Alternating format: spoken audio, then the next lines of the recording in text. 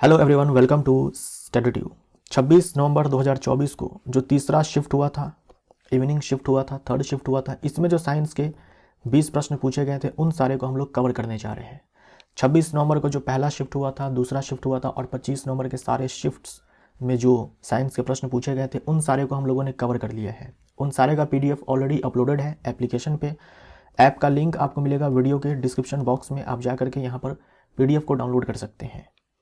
आज का सवाल है आपके लिए, निम्न में से किसका ऊर्ध्वपातन नहीं होता है? किसका ऊर्ध्वपातन नहीं होता है आपको बताना है। इन चार में से किसका ऊर्ध्वपातन नहीं होता है? तो एक तो आपको इसका आंसर देना है कि इनमें से किसका ऊर्ध्वपातन नहीं होता है। उसके बाद ऊर्ध्वपातन होता क्या है ये भी आप बताएं। कमेंट बॉक्स में परिभाषा जरूर लिखें कि ऊर्ध्वपातन किसे कहते हैं, और इस सवाल का उत्तर क्या है उसे भी आप जरूर लिखिए। ज़्यादा आलसी मत बनिए और जो सवाल आपसे पूछा जाता है उसका आंसर आप जरूर दिया करें। तो चलिए हम लोग करते हैं अब प्रश्नों को। आपसे पूछा गया है, इनमें से कौन सी वो भौतिक राशि है जो दर्शाती है किसी इलेक्ट्रिक सर्किट में जो ऊर्जा खपत हो रही है या फिर जो ऊर्जा जो है खर्च हो रही है, जो ऊर्जा खपत हो रही है या फिर जो ऊर्जा का ह्रास हो रहा है उसके दर को। समझ में आया? इन चार में से वो कौन सी भौतिक राशि है जो ये दर्शाती है कि किसी इलेक्ट्रिक सर्किट में ऊर्जा कितनी खपत हो रही है या फिर ऊर्जा का कितना ह्रास हो रहा है? कौन सी वो भौतिक राशि है? तो power is equal to work upon time होता है। इसी को हम लोग लिख सकते हैं एनर्जी अपॉन टाइम। तो किसी सर्किट में जो ऊर्जा है वो किस रेट से खपत हो रही है या फिर किस रेट से उस ऊर्जा का ह्रास हो रहा है, ये हमें पावर से पता चलता है। तो इलेक्ट्रिक पावर हमारा राइट आंसर हो जाएगा। इलेक्ट्रिक पावर हमारा राइट आंसर हो जाएगा। जैसे मान लीजिए कि पावर है 100 जूल। 100 जूल का मतलब क्या हुआ? सॉरी, पावर 100 जूल नहीं, पावर है 100 वाट। 100 वाट इसका मतलब क्या हुआ? 100 जूल पर सेकेंड। जूल पर सेकेंड को हम लोग वाट बोलते हैं। तो अगर पावर मान लीजिए कि 100 वाट है, इसका मतलब 1 सेकेंड में ऊर्जा जो है 100 जूल खपत हो रही है, या फिर बोल दो 100 जूल स्थानांतरित हो रही है, या फिर बोल दो 100 जूल ऊर्जा का ह्रास हो रहा है 1 सेकेंड में, है ना। 1 सेकेंड में 100 जूल ऊर्जा का ह्रास हो रहा है या फिर खपत हो रहा है। जैसे मान लीजिए आप इलेक्ट्रिक बल्ब खरीद कर लाते हैं और उस बल्ब पे लिखा हुआ है 90 वाट। इसका मतलब क्या हुआ? 90 जूल पर सेकेंड जो आप इलेक्ट्रिक एनर्जी देंगे, ये जो बल्ब है 1 सेकेंड में 90 जूल इलेक्ट्रिक एनर्जी को खाएगा। उस बल्ब के द्वारा 1 सेकंड में 90 जूल विद्युत ऊर्जा की खपत की जाएगी। ये पावर का मतलब होता है। तो इलेक्ट्रिक पावर हमारा यहाँ पर राइट आंसर हो जाएगा। विद्युत शक्ति जो है हमारा सही जवाब हो जाएगा। तो ये पावर जो लिखा होता है बल्ब पे, उसका मतलब जो है आपको समझना पड़ेगा। जैसे मान लीजिए आप इलेक्ट्रिक आयरन खरीद कर लाते हैं और उस पर 1000 वाट लिखा हुआ है। 1000 वाट लिखा हुआ है, इसका मतलब क्या हुआ कि 1 सेकंड में ये जो इलेक्ट्रिक आयरन है 1 सेकंड में 1000 जूल विद्युत ऊर्जा खपत करेगा। यह पावर का मतलब होता है।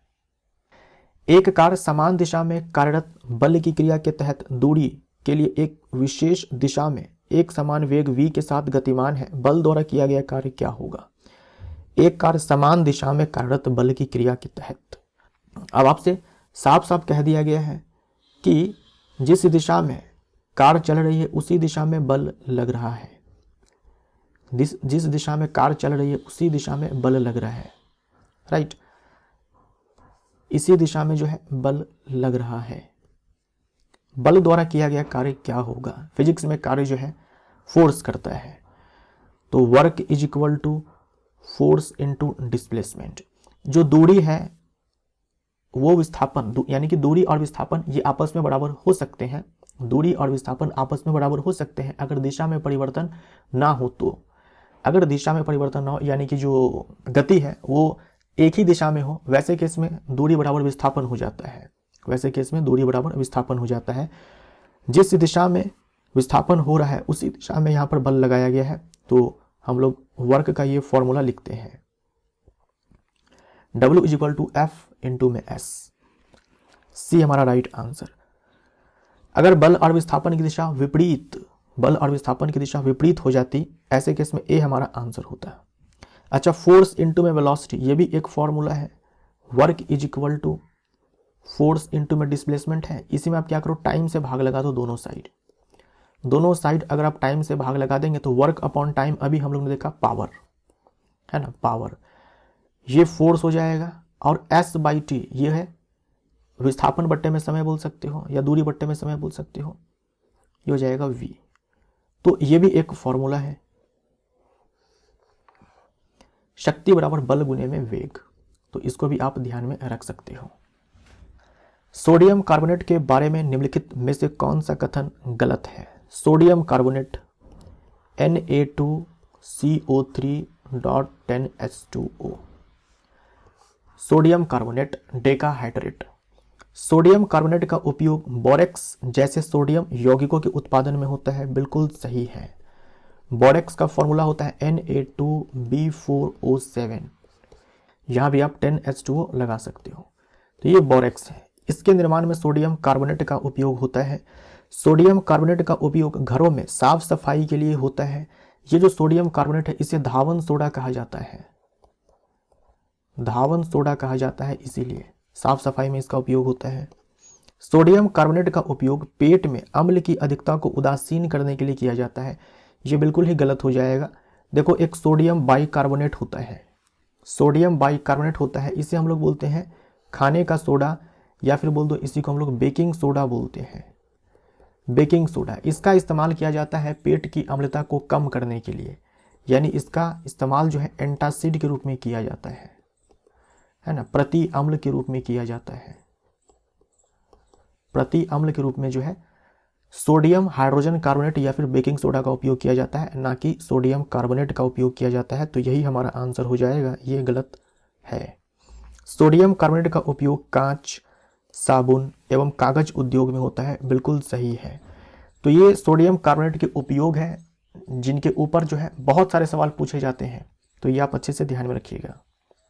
यहाँ देख लीजिए सोडियम कार्बोनेट का जो उपयोग है ये कांच, साबुन, कागज उद्योग में होता है। इसके अलावा इसका उपयोग जो है बोरेक्स जैसे सोडियम यौगिक के उत्पादन में होता है। उसके बाद देखो सोडियम कार्बोनेट का उपयोग घर में साफ सफाई में किया जाता है। और जल की अस्थायी कठोरता, ये ध्यान दीजिएगा कि अस्थायी कठोरता नहीं है, अस्थायी कठोरता दूर करने के लिए तो सिंपली हम लोग उबाल देते हैं, अस्थायी कठोरता दूर करने के लिए इसका उपयोग किया जाता है। बहुत ही ज़्यादा महत्वपूर्ण है, बहुत ही ज़्यादा, अच्छे से आपको घोल करके पीना है इसको। अगला प्रश्न है कौन सा कोशिकांग कोशिका द्रव के विभिन्न क्षेत्रों में पदार्थ के परिवहन के लिए एक चैनल के रूप में कार्य करता है? क्लोरोप्लास्ट को हम लोग बोलते हैं kitchen house of the cell, रसोई घर बोलते हैं इसे, है ना, कोशिका का रसोई घर, है ना, खाना बनता है इसमें, फोटोसिंथेसिस होता है। माइटोकॉन्ड्रिया को हम लोग क्या बोलते हैं? शक्ति गृह, power house of the cell बोलते हैं। लाइसोसोम को हम लोग क्या बोलते हैं? अपशिष्ट केंद्र बोलते हैं, आत्महत्या की थैली बोलते हैं।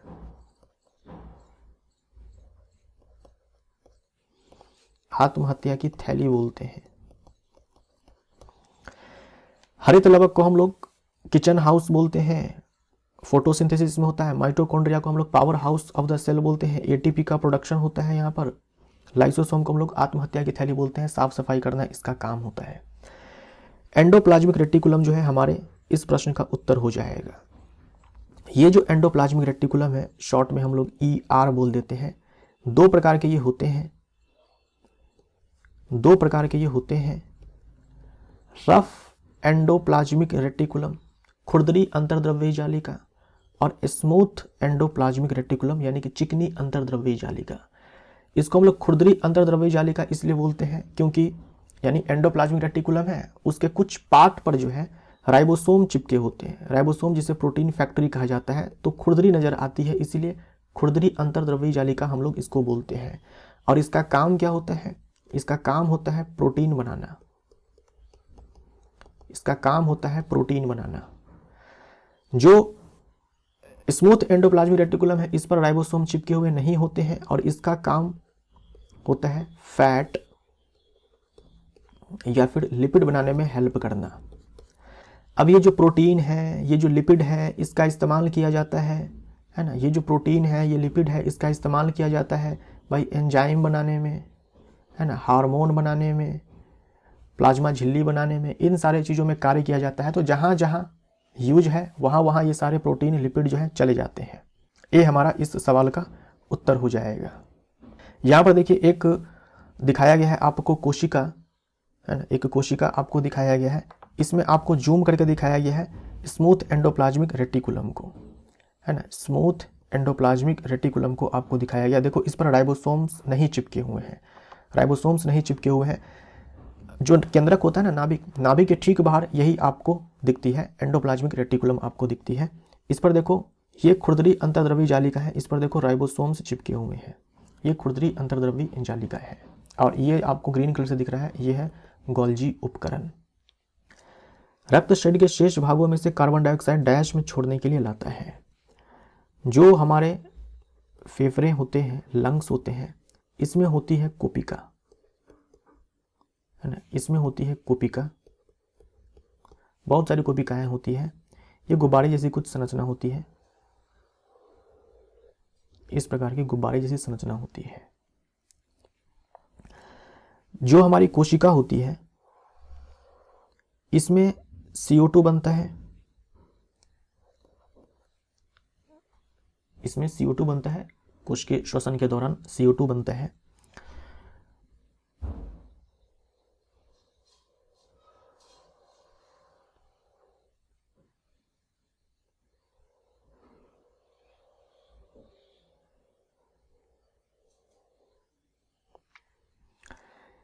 ये केशिका है,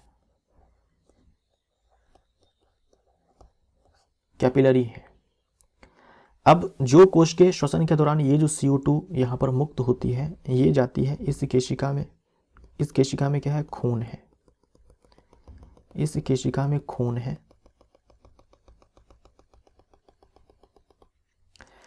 ये CO2 इस केशिका के अंदर जाती है खून में, और खून के साथ जो है ये आती है इस एल्वियोलाई के पास, इस एल्वियोलाई के पास आती है। ये है एल्वियोलस यानी कि कोपिका,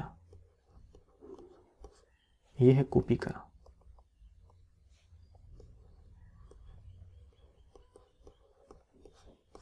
ये कोपिका है।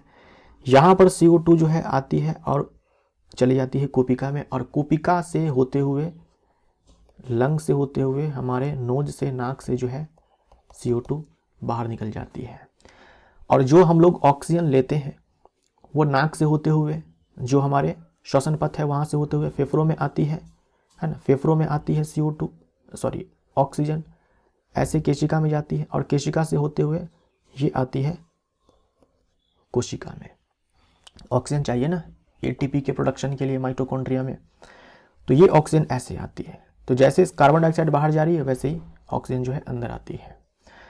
तो आपसे एग्जाम में पूछा जाता है कोपिका कहाँ पाई जाती है? गुब्बारे जैसी संरचना होती है हमारे फेफड़ों में, उसे हम लोग कोपिका बोलते हैं, उसे हम लोग कोपिका बोलते हैं, राइट।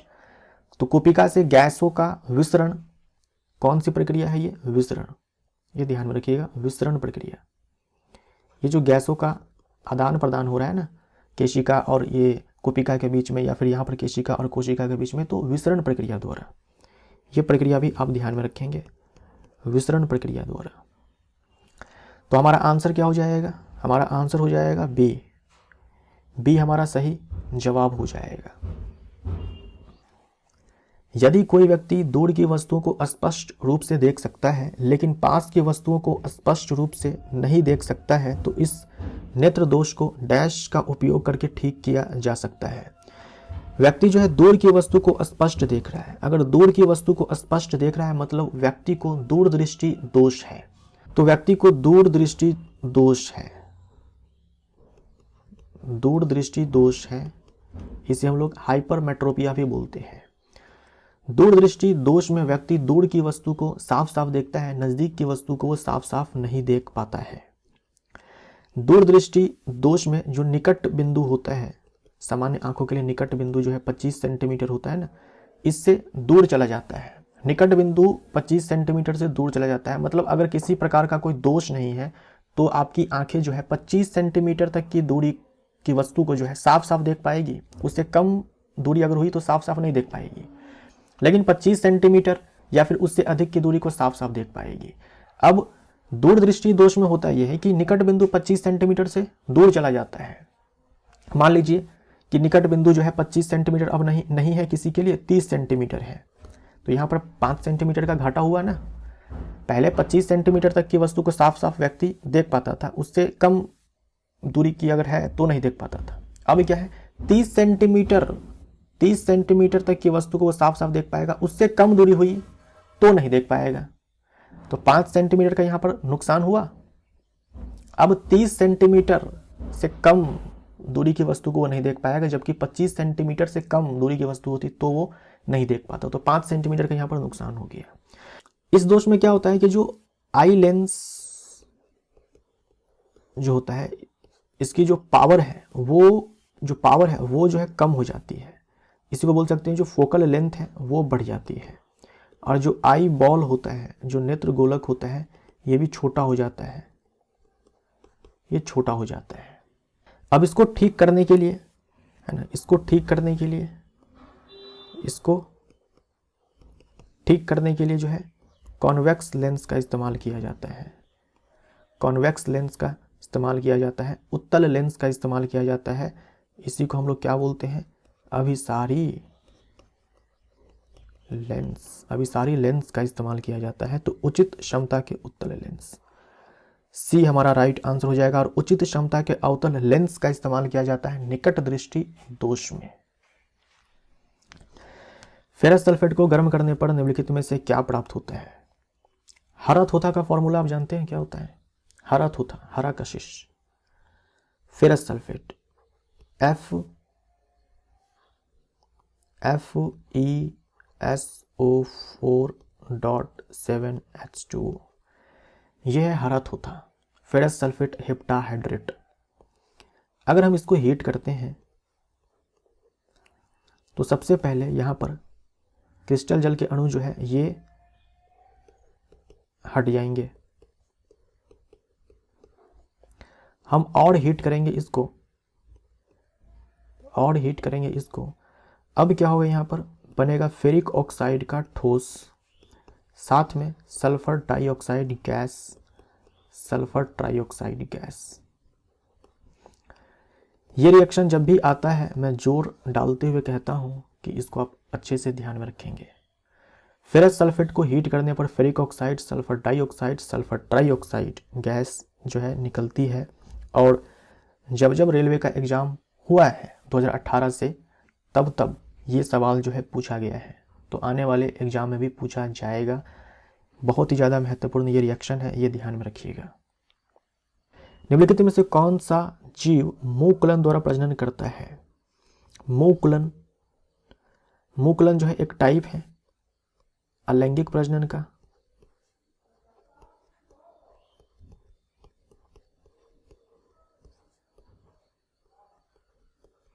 अलैंगिक प्रजनन का एक प्रकार है बडिंग, ये होता है हाइड्रा में। अच्छा, हाइड्रा के बारे में आप ध्यान में रखेंगे कि इसमें बडिंग भी होता है और रीजनरेशन भी होता है, पुनर्जनन भी होता है, दोनों होता है। पुनर्जनन भी होता है और मूकुलन भी होता है। पुनर्जनन भी होता है और मूकुलन भी होता है। ठीक है, तो ये ध्यान में रखिएगा, पुनर्जनन भी होता है और मूकुलन भी होता है। हाइड्रा में पूछा गया था रेलवे ग्रुप डी के एग्जाम में कि किस जीव में पुनर्जनन और मूकुलन दोनों होता है, तो आपका आंसर है हाइड्रा। उसके बाद प्लेनेरिया के अंदर जो है पुनर्जनन होता है। ईस्ट के अंदर बडिंग होता है। जाइलम उत्तक के कौन से तत्व परस्पर जल संवहक चैनल बनाते हैं। जाइलम के 4 अवयव अगर आपको याद हो, मैंने आपसे कहा था कि अच्छे से आपको ध्यान में रखना है। जाइलम के 4 अवयव है ना, वाहिनिका यानी कि ट्राइकीड, उसके बाद वाहिका यानी कि वेसल, उसके बाद जाइलम रेशे है ना, जाइलम रेशे, जाइलम फाइबर्स, उसके बाद जाइलम पैरेन्काइमा, जाइलम पैरेन्काइमा।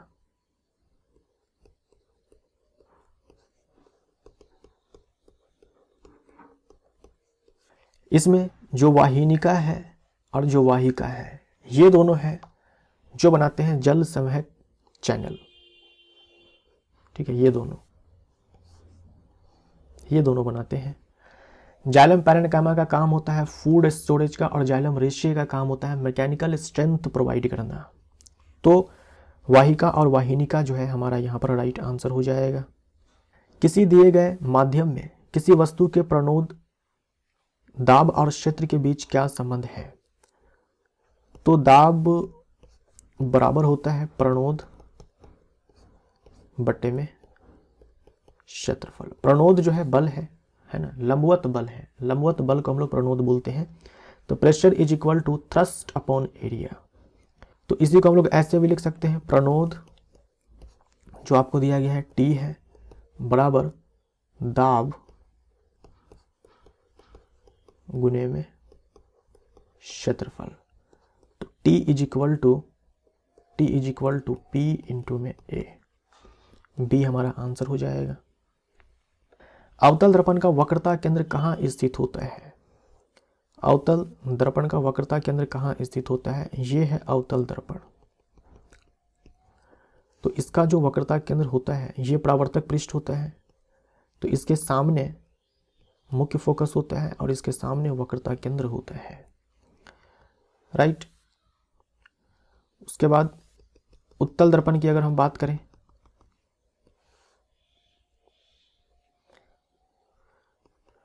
ये परावर्तक पृष्ठ होता है और मुख्य फोकस जो है दर्पण के पीछे होता है और वक्रता केंद्र भी दर्पण के पीछे होता है। राइट, ये है उत्तल और ये है अवतल। तो आंसर दर्पण के सामने, बी हमारा राइट आंसर। 1 विलियन में 120 मिलीलीटर पानी में 40 मिलीलीटर अम्ल है। विलियन के आयतन प्रतिशत के आधार पर सांद्रता का परिकलन कीजिए। तो विलियन की सांद्रता अगर हमें चाहिए,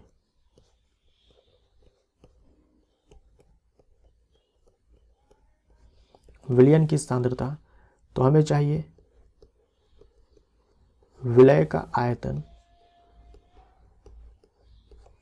बट्टे में विलियन का आयतन गुने में 100। ठीक है, ये वॉल्यूम बाय वॉल्यूम है, यानी कि हम लोग आयतन लेंगे, ऊपर में भी आयतन नीचे में भी आयतन। अब देखो विलय का आयतन, विलय कौन है? ये 40 मिलीलीटर एसिड।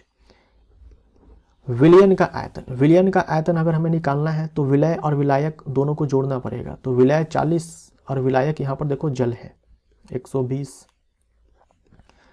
और गुने में 100। तो 40 बट्टे में 160 हो जाएगा और गुने में 100 हो जाएगा।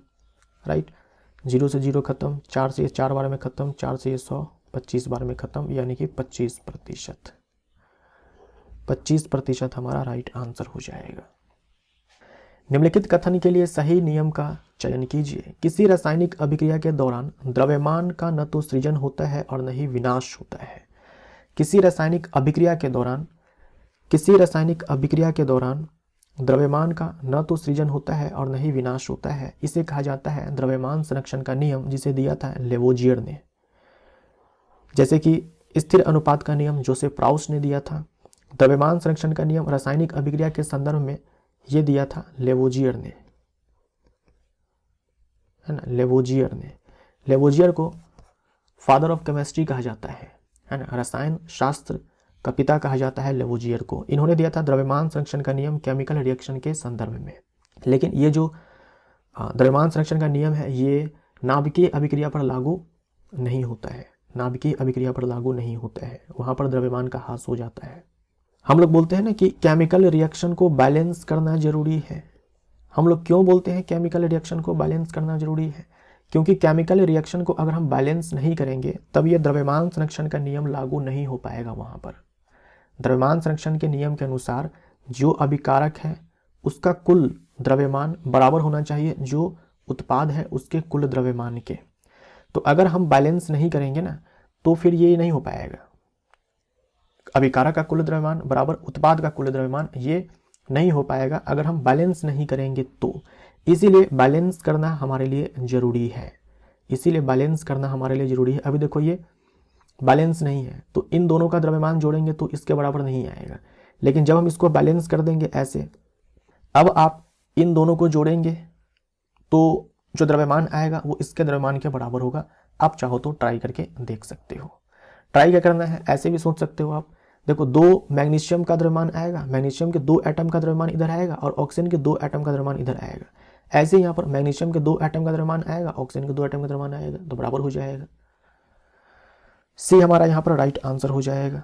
चार्ल्स का नियम आप चाहो तो याद रख सकते हो। चार्ल्स का नियम, गैस के जो नियम होते हैं, बॉयल्स का नियम, चार्ल्स का नियम, गे-लुसैक का नियम और अवोगाद्रो का नियम, उसमें से एक चार्ल्स का नियम है जो हमें ये कहता है कि अगर गैस का अगर हम मोल और गैस का हम आयतन ये हम नियत कर दें, स्थिर कर दें, वैसे केस में तापमान बढ़ाने से गैस का आयतन बढ़ता है और तापमान को कम करने से गैस का आयतन कम होता है।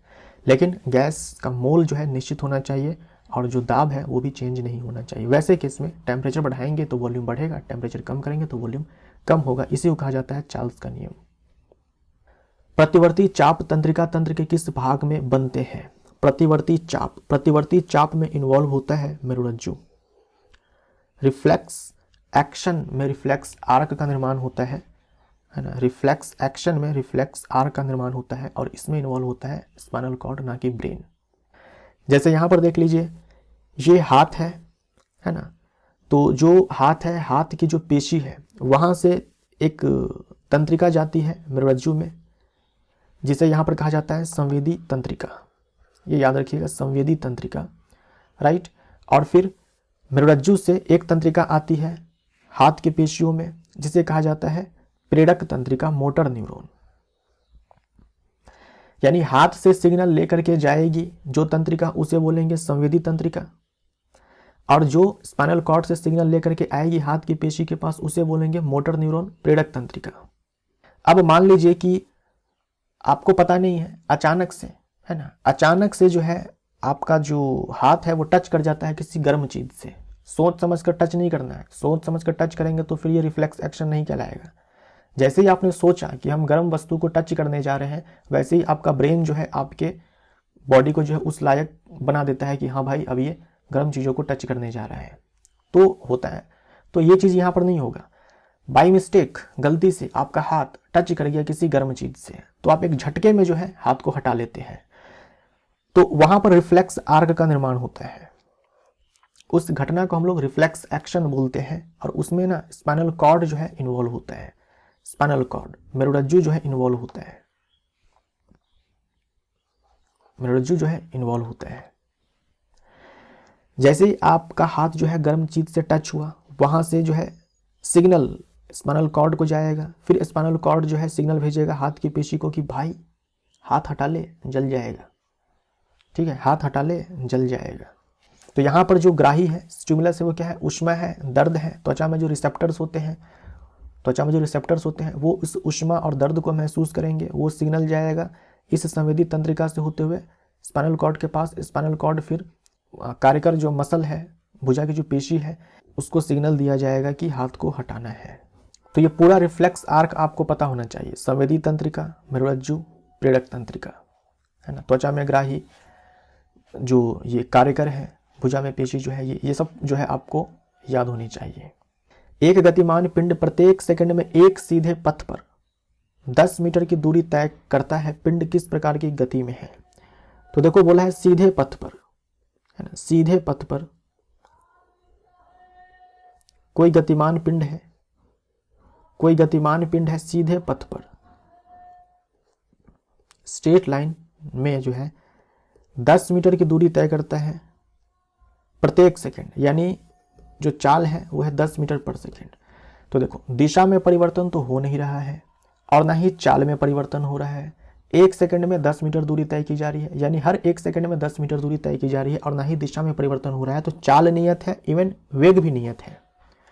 क्योंकि चाल नियत है तो एक समान गति है, क्योंकि चाल नियत है तो एक समान गति है। वृत्तीय गति नहीं है क्योंकि सीधे पथ पर दूरी तय की जा रही है ना। वृत्तीय गति मतलब सर्कुलर पाथ है ना, एक सर्कुलर पाथ पर अगर मोशन होगा, गति होगी, तो हम बोलेंगे कि वृत्तीय गति है। अगर हम बात करें क्या ये गति जो है त्वरित है, नहीं, त्वरित गति नहीं है। त्वरित गति का मतलब होता है कि उसमें त्वरण हो, गति में क्या हो कि त्वरण हो।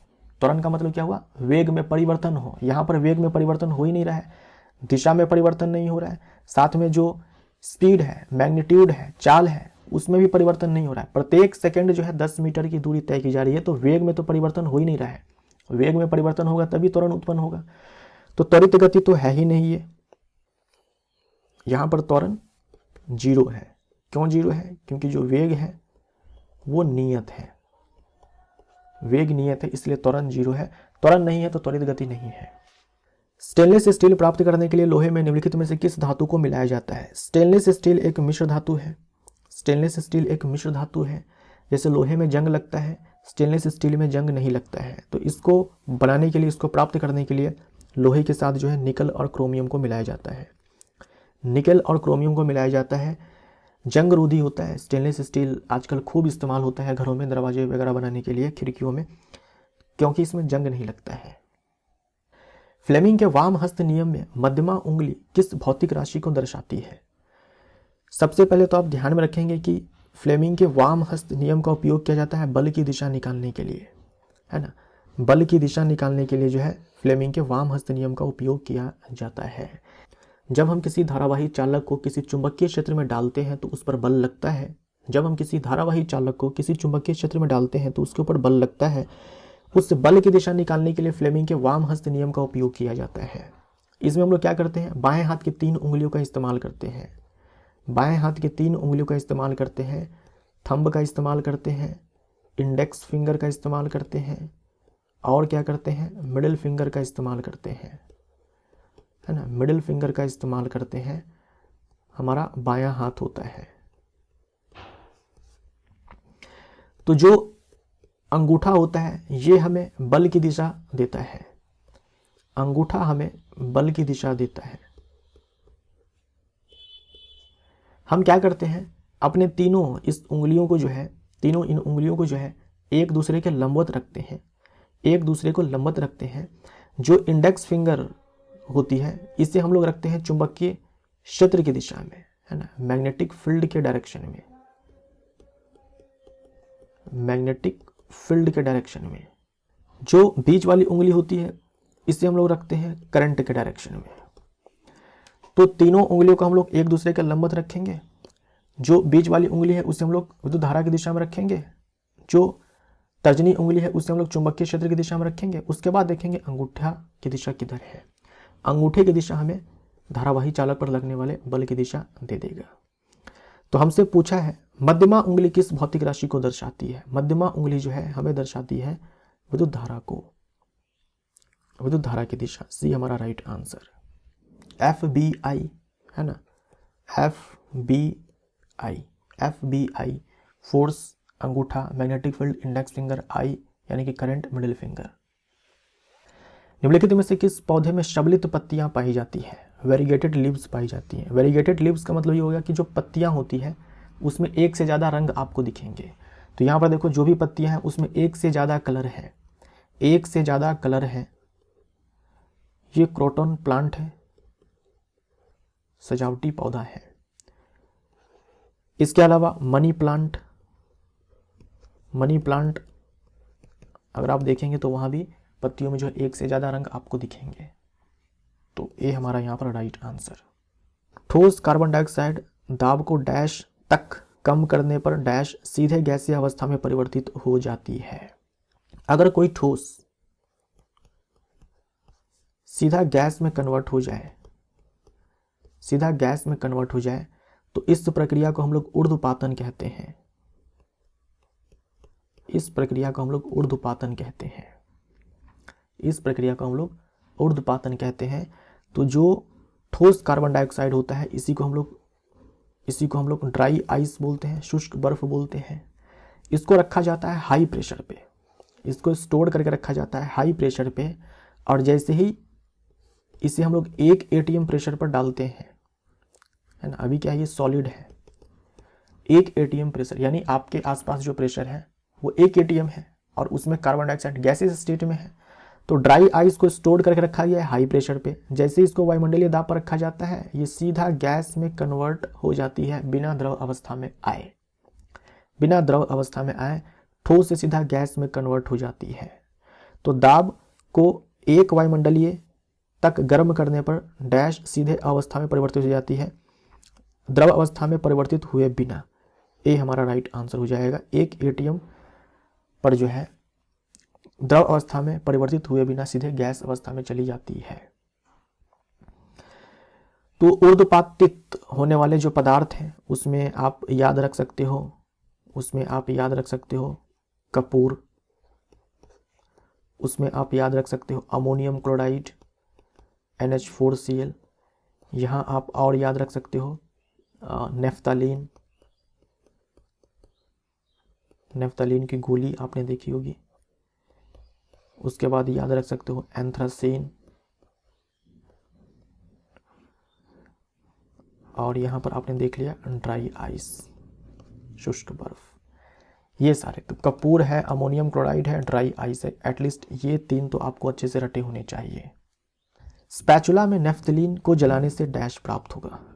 नेफ्थलीन अभी आपने देखा, इसको हम जलाएंगे सीधा ठोस से, ये गैस में कन्वर्ट होने लगेगा बिना द्रव अवस्था में आए, यानी कि ऊर्ध्वपातित होता है ये। तो जब हम इसको जलाते हैं तो पीली ज्वाला, है ना, येलो फ्लेम, और साथ में जो है धुआं भी जो है यहाँ पर उत्पन्न होता है। पीली ज्वाला धुएं के साथ, पीली ज्वाला प्लस काला धुआं, है ना, काला धुआं। तो इसी के साथ ये वीडियो यहाँ पर समाप्त होता है। वीडियो का PDF डाउनलोड करने के लिए आप हमारे ऐप पर जा सकते हैं। ऐप का लिंक मिलेगा वीडियो के डिस्क्रिप्शन बॉक्स में। मिलते हैं अगले वीडियो में। Thank you so much.